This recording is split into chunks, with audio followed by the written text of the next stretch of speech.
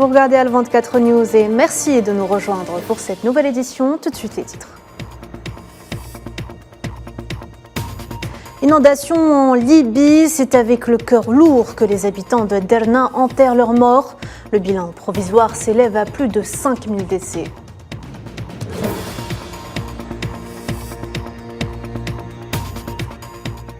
Au Nigeria, une chasse à l'homme est lancée pour retrouver une dizaine de voyageurs enlevés par des hommes armés dans le centre du pays.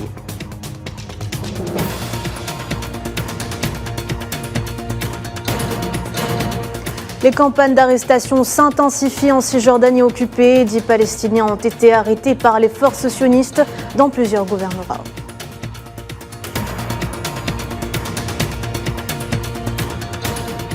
Et enfin, Moscou et Pyongyang de plus en plus proches. Le dirigeant nord-coréen Kim Jong-un qualifie de priorité absolue le renforcement des liens avec la Russie. Le chef de la diplomatie algérienne, Ahmed Attaf, s'est entretenu hier par téléphone avec le président du Conseil présidentiel libyen, Mohamed El Menfi. Ahmed Attaf a renouvelé à cette occasion les condoléances de l'Algérie au nom du gouvernement et du peuple suite au décès de plus de 5300 personnes dans les inondations qui ont dévasté, je vous le rappelle, la ville de Derna. Le chef de la diplomatie algérienne a également assuré son interlocuteur de la disposition de l'Algérie à apporter à la Libye son soutien sous différentes formes. Le ministre a par ailleurs informé Mohamed El Menfi que le président Tebboune suit de très près l'évolution de la situation en Libye.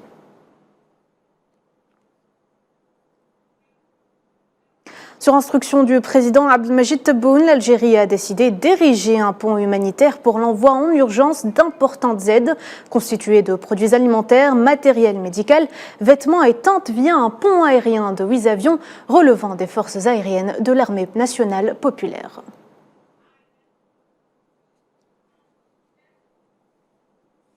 En attendant l'acheminement de l'aide internationale, les missions de sauvetage se poursuivent depuis hier pour tenter de retrouver des survivants, notamment dans des zones difficiles d'accès. Au milieu des cadavres, la recherche s'organise avec les moyens du bord. Mohamed Wali Ben Shaban. Retrouver d'éventuels survivants au beau milieu de ce chaos, telle est la mission que ces hommes se sont donnés. Les inondations résultant de pluies torrentielles récurrentes mais inhabituelles ont laissé de nombreuses régions de la Libye dans un état de désolation. Il s'agit d'une forte tempête et d'une inondation qui a complètement détruit la ville d'Al-Baïda. Cette école avait une structure complète. L'inondation l'a détruite, ainsi que toute la ville. Les gens ont perdu leurs biens et leurs voitures. Cette inondation nous frappe chaque année, mais cette année, elle a été plus forte que les années précédentes. Avec les moyens du bord, survivants avec le soutien d'organisations locales et de bénévoles, se sont immédiatement mobilisés pour répondre à cette catastrophe. Des équipes de secours déployées pour évacuer les personnes piégées par les eaux montantes, fournir des soins médicaux d'urgence et distribuer de la nourriture et de l'eau en attendant l'arrivée des aides humanitaires internationales. Les ressources locales sont mises à rude épreuve. Les besoins continuent de croître. L'appel à l'aide internationale a été lancé pour fournir un soutien supplémentaire à la population sinistrée. Les organisations humanitaires internationales se mobilisent pour acheminer des fournitures essentielles, des équipements de secours et du personnel spécialisé vers la Libye. S'il est crucial de maintenir l'élan de solidarité pour aider le pays à se remettre de cette catastrophe naturelle dévastatrice, la Libye, avec le soutien de ses amis et des pays voisins, se relèvera de cette épreuve et se reconstruira plus forte que jamais. Et je vous le disais tout à l'heure en titre, les habitants de Derna enterrent avec le cœur lourd leurs morts après les inondations qui ont dévasté la Libye et qui ont fait plus de 5000 morts. Naïla Hamouda. La ville dévastée de Derna, dans l'est de la Libye, pleure ses morts après le passage de la tempête Daniel il y a 3 jours. Derna a été balayée par un torrent de boue et de vagues provoquées par la rupture de 2 barrages. Des quartiers entiers et leurs habitants ont été emportés par les eaux. Des milliers de personnes sont décédées ou portées disparues. Vu l'ampleur de la catastrophe, les volontaires sur place appellent à l'aide. Nous recherchons toujours les victimes. Nous appelons tous les jeunes Libyens, tous ceux qui ont un diplôme ou qui travaillent dans le secteur médical, à venir nous aider.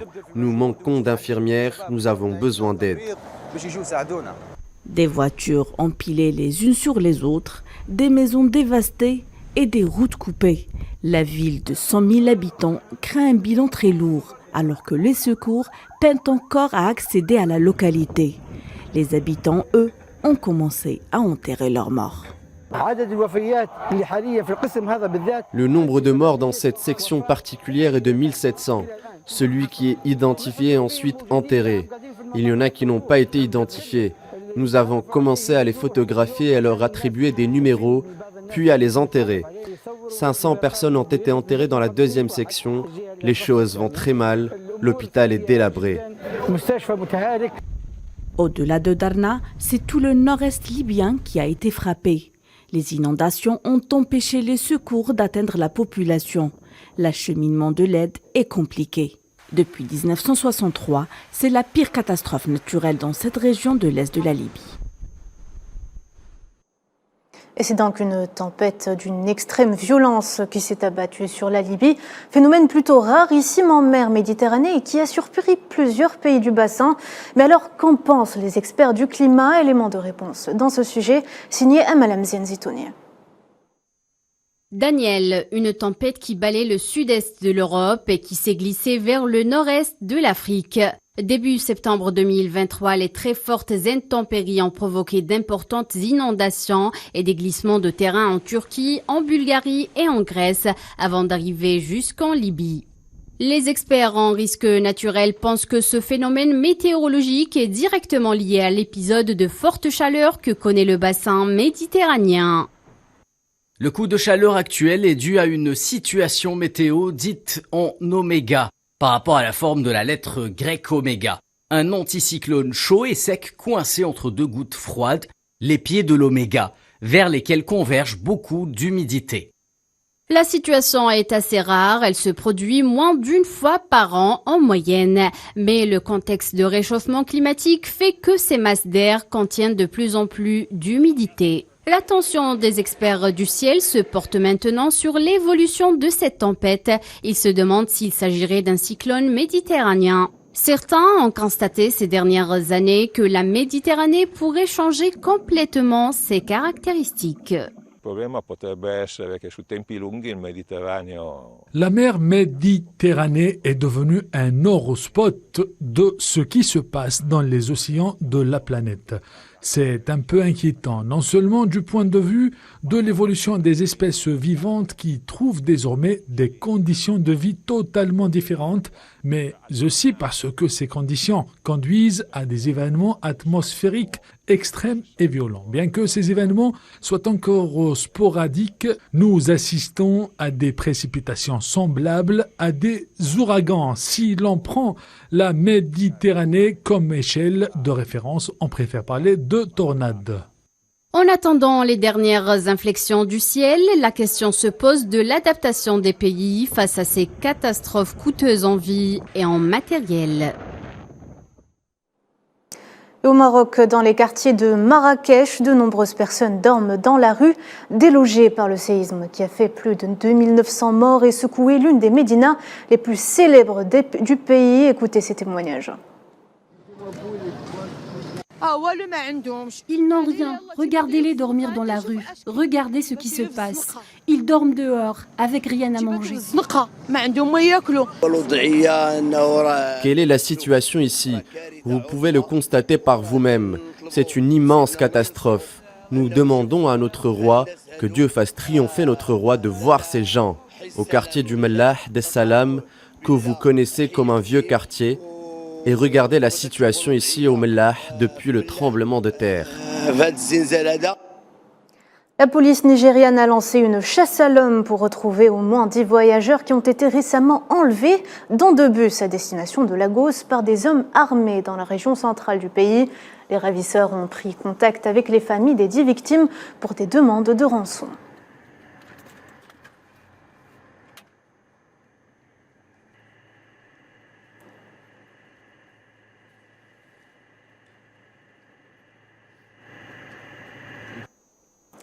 Les campagnes sionistes d'arrestation se poursuivent en Cisjordanie occupée. 10 Palestiniens ont été arrêtés ce mercredi dans différents gouvernorats. Selon le club palestinien des prisonniers, 4 jeunes Palestiniens ont été arrêtés à Jenin, ainsi que 6 autres lors de différents raids à Tulkaram, El-Khalil, Ramallah et Al-Quds occupés.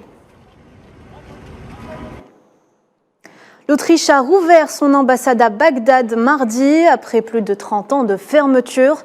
À l'occasion d'une visite de 2 jours du ministre autrichien des Affaires étrangères Alexander Schallenberg en Irak, visant à resserrer les liens bilatéraux et à soutenir la stabilité et la sécurité dans le pays.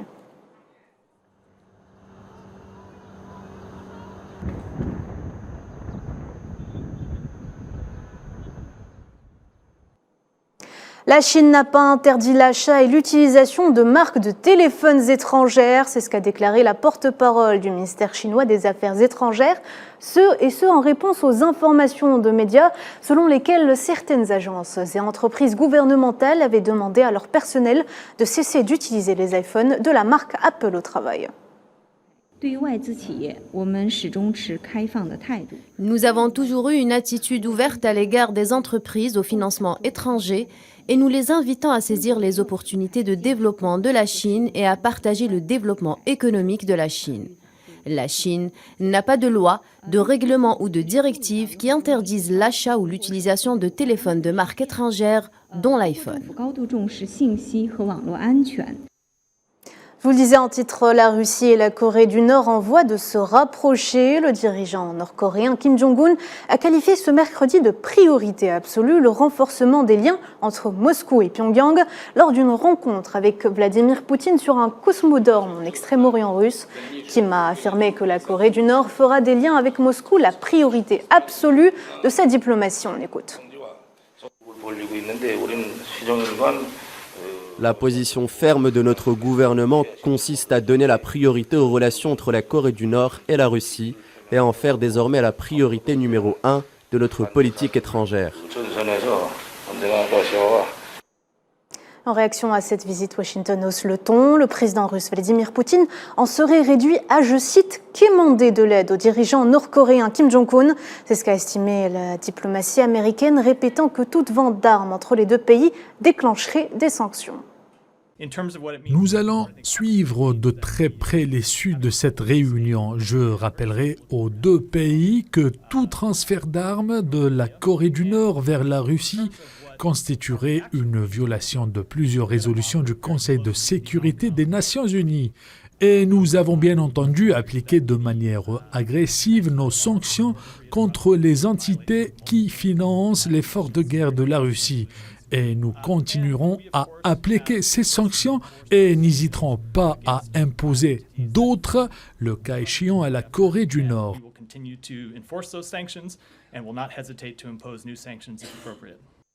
Au moins 11 personnes ont été tuées et 12 autres blessées ce mercredi après qu'une remorque a percuté un autocar dans l'état du Rajasthan, dans le nord de l'Inde. Les personnes décédées ont été identifiées comme étant 5 hommes et 6 femmes. Voilà, c'est la fin de ce journal. Merci de l'avoir suivi. L'actualité continue sur Al 24 News. À ce soir.